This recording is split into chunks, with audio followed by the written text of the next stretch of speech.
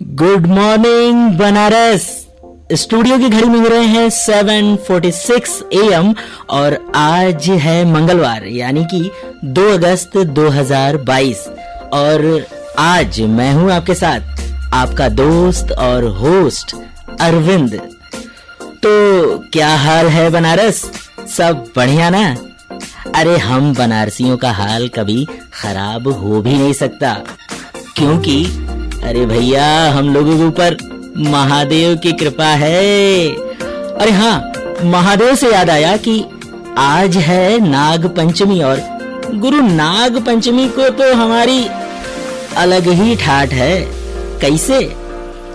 अरे हम बताते हैं गुरु कैसे। वो क्या है ना कि पहले तो आपको ये बता दे कि श्रावण के शुक्ल पक्ष की पंचमी तिथि को नाग पंचमी मनाई जाती है। और अब ये बात को बताने वाली नहीं है लेकिन फिर भी बता ही देते हैं कि इस दिन बाबा भोलेनाथ और नाग देवता की पूजा की जाती है। और भैया माना जाता है कि इस दिन भगवान शंकर की विधिवत पूजा करने से ना सभी भक्तों को सभी कष्टों से मुक्ति मिल जाती है। अब बनारस में तो नाग पंचमी के दिन भैया किसी को फुर्सत ही नहीं है।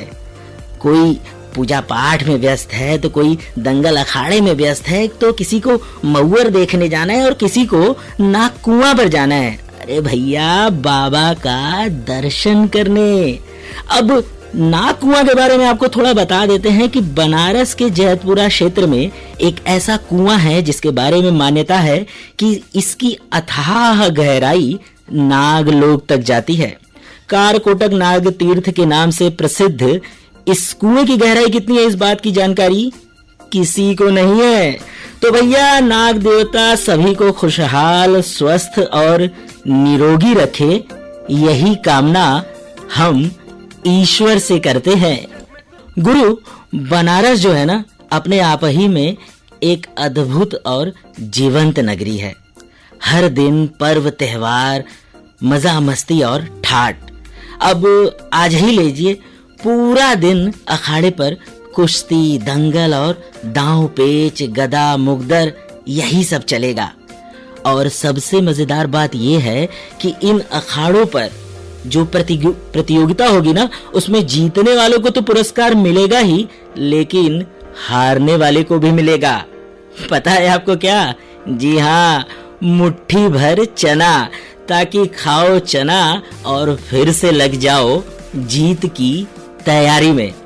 अब जीत की बात आ ही गई है तो आपको बता दें कि आज ही के दिन यानी 2 अगस्त 1987 को भारत के विश्वनाथन आनंद ने फिलीपीन में आयोजित विश्व जूनियर शतरंज चैंपियनशिप में खिताबी विजय हासिल की थी। वाह भाई वाह, क्या कहने।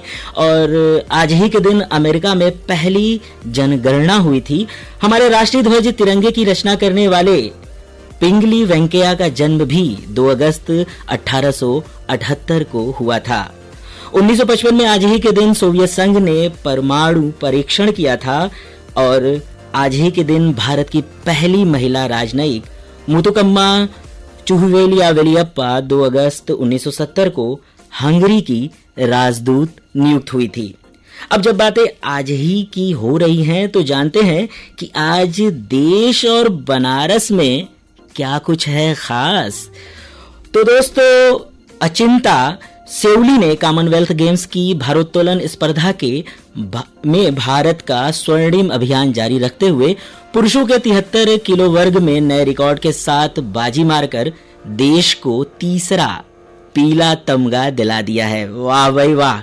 वहीं भारतीय जूडो खिलाड़ी एल सुशीला देवी महिलाओं के 48 किलो वर्ग में रजत और विजय कुमार यादव ने पुरुषों के 60 किलो वर्ग में कांस्य पदक अपने नाम किया। भाई मजा आ गया। हमारे खिलाड़ी ऐसा ही देश का नाम रोशन करते रहें और क्या चाहिए अपने को। बनारस वालों के लिए एक अच्छी खबर यह है कि अब लगातार घटाव पर है गंगा। 24 घंटों में 43 सेंटीमीटर घट गया है जलस्तर। अरे भैया, फिल्म स्टार मिथुन चक्रवर्ती इस समय काशी में है और एक फिल्म की शूटिंग में व्यस्त हैं।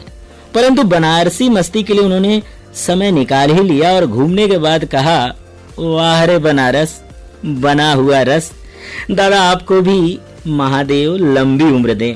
महात्मा गांधी काशी विद्यापीठ वाराणसी के समाज शास्त्र विभाग द्वारा 6 दिवसीय उत्कर्ष नामक सांस्कृतिक संगम कार्यक्रम का आगाज हो चुका है। तो आप भी जाइए और इस सांस्कृतिक कार्यक्रम का आनंद लीजिए। कार्यक्रम का आनंद लेना चाहिए और आनंद हम बनारसियों के अंदर है, क्योंकि हम आनंद लेने के लिए ही पैदा हुए हैं। तो दोस्तों, बहुत ही रंग बिरंगा है अपना भारत और उसमें भी एक अलग ही रंग लेकर अपनी उपस्थिति दर्ज किए हुए है बनारस। गुरु, ये दुनिया ना बड़ी मायावी है और हम बनारसी लोग भी कम नहीं हैं। इस माया को भी हम लोग साध लिए हैं। कैसे? अरे हम बताते हैं। अरे तुरंत लीजिए एक उदाहरण। तो कहूंगा तो आपको लगेगा भी कि धक से। अब हुआ यूं कि एक शव यात्रा कुछ लोग चौक के ट्रैफिक में लेके फंसे हुए थे। और भैया फंसे हुए हैं तो फंसे हुए हैं, बनारस का ट्रैफिक है, कुछ आगे न बढ़ने की गुंजाइश है न पीछे मुड़ने की। और उसी में एक महाशय बाइक लेकर शव यात्रा के पीछे लगातार हारन पे हारन, हारन पे हारन। अरे भैया कैसे जाएगा, इतना जाम है। लेकिन उनको कौन समझाए। तभी वही शव यात्रा लिए हुए एक कंधे पे आदमी हल्के से घूमते हुए कहते हैं, ए भैया, इन्हों से ज्यादा जल्दी हो का आपके, कि इन्हों से पहले पहुंचे के हो। अब भैया ये बात समझ में शायद आ गई महोदय को। बाइक वाले को किनारे लगाया बाइक और शामिल हो गए शव यात्रा में। बाबा की नगरी में भैया सब माया है। अब भैया इस बात को और भी अच्छे से या बनारस के बारे में कुछ कहते हुए हमारे कवि केदारनाथ सिंह ने कहा है, कभी सही सांझ बिना किसी सूचना के घुस जाओ इस शहर में, कभी आरती के आलोक में इसे अचानक देखो, अद्भुत है इसकी बनावट। ये आधा जल में है, आधा मंत्र में, आधा फूल में है, आधा शव में, आधा नींद में है, आधा शंख में। अगर ध्यान से देखोगे तो ये आधा है और आधा नहीं है। जो है वो खड़ा है बिना किसी स्तंभ के, और जो नहीं है उसे थामे है राख और रोशनी के ऊंचे ऊंचे स्तंभ, आग के स्तंभ और पानी के स्तंभ, धुएं के, खुशबू के, आदमी के उठे हुए हाथों के स्तंभ, किसी अलक्षित सूर्य को देता हुआ अर्घ्य। शताब्दियों से इसी तरह गंगा के जल में अपनी एक टांग पर खड़ा है ये शहर, अपनी दूसरी टांग से बिल्कुल बेखबर, बिल्कुल बेखबर। तो दोस्तों, अभी आप सुन रहे थे गुड मॉर्निंग बनारस अपने दोस्त अरविंद के साथ।